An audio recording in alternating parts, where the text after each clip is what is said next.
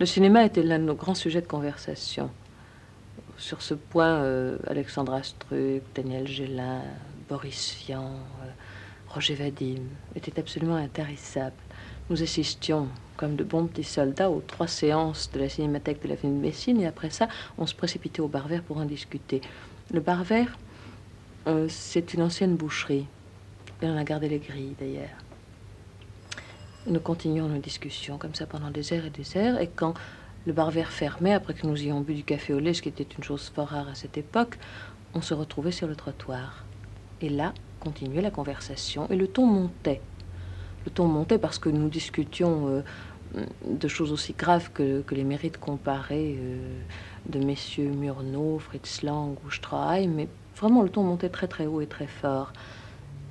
Et évidemment, les braves gens qui habitaient cette rue, qui est la rue Jacob, ont commencé de s'impatienter et nous verser sur la tête des brodeaux sales et autres choses de ce genre, ce qui n'était pas tellement plaisant. Ça n'atténuait en rien notre envie de continuer nos discussions, mais ce n'est pas très très agréable de tenir salon dans un ruisseau, de toute manière. Or, un soir que j'avais été copieusement arrosée par les habitants extrêmement mécontents de la rue Jacob, je rentrais chez moi me changer, escortée de mes camarades, et en passant par la rue Dauphine, nous vîmes une agitation fébrile. On se demanda pourquoi. C'était l'heure à laquelle les camionneurs des messageries Hachette commencent la diffusion de leurs journaux. Ils avaient leur dépôt dans une rue adjacente. Et au coin de cette rue et de la rue Dauphine, il y avait un petit bar. Un petit bar qui s'appelait le Tabou, appelé sans doute comme cela par un ancien marin qui avait connu la Polynésie. Et là, il y avait du café chaud et des croissants, ce qui était fort rare à cette époque. Et nous entrâmes, un petit peu intrigués. Devant le comptoir, il y avait 4 de ces camionneurs attablés, extrêmement cossus et qui portaient des Canadiennes fourrées. Notre rêve à tous, rêve irréalisable.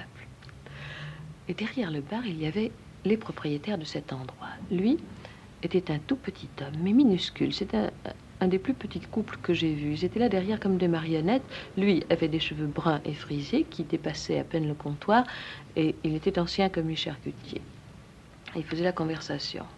Et elle était blonde, et avec des cheveux aussi assez serrés, une indéfrisable solide, et elle était ancienne choriste du Capitole de Toulouse. Évidemment, quand ils ouvrirent la bouche, nous comprîmes tout de suite quelles étaient leurs origines. C'étaient des gens charmants, ils s'appelaient Monsieur et Madame Guyonnet. Et depuis, nous sommes toujours retournés au Tabou,